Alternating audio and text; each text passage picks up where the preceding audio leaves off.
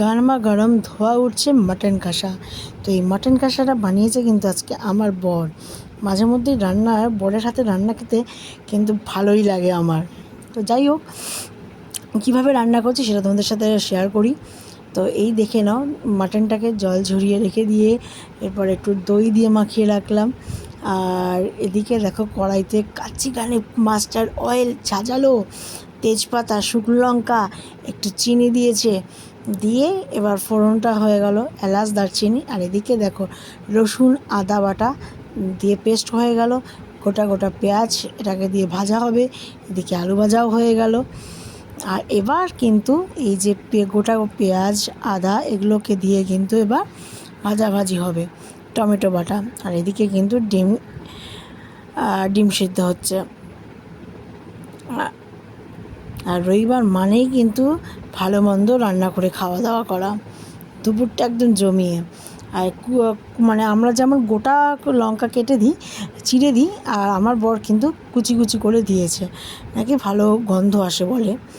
তো আর এদিকে দেখো যে বাটাটা বেটেছিল, আদা বাটা রসুন বাটা, সেটা দিয়ে দিল, টমেটো বাটা, এবং যতক্ষণ না তেল বেরোয় ততক্ষণ পর্যন্ত এটা কষানো হবে। আর এদিকে জিরের গুঁড়ো ধনের গুঁড়ো কিন্তু পরিমাণ মতো দিয়ে দিল।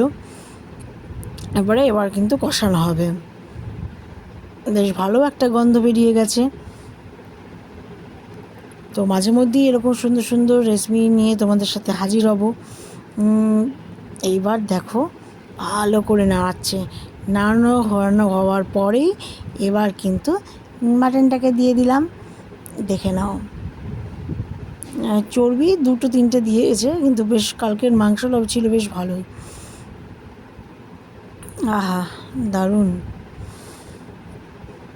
এবং তোমরা কিভাবে রান্না করো বন্ধুরা কমেন্টে জানাও। এবার কিন্তু একদম মাখা মাখা হবে। এরপরে কিন্তু এই দেখো চর্বিগুলো তোমাদেরকে একটু দেখিয়ে দিলাম, চর্বি তুলে রাখলাম। দারুণ টেস্টি, গন্ধটা এসেছিলো দারুণ।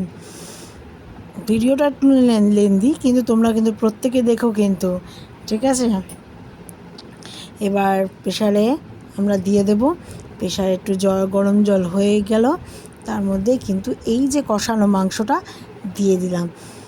আর 4 কি তার থেকে 5টা সিটি পড়বে, তারপরে নামিয়ে আবার কড়াইতে দিয়ে এদিকে আমরা ভাতের জলটাও দিয়ে দিলাম একদম।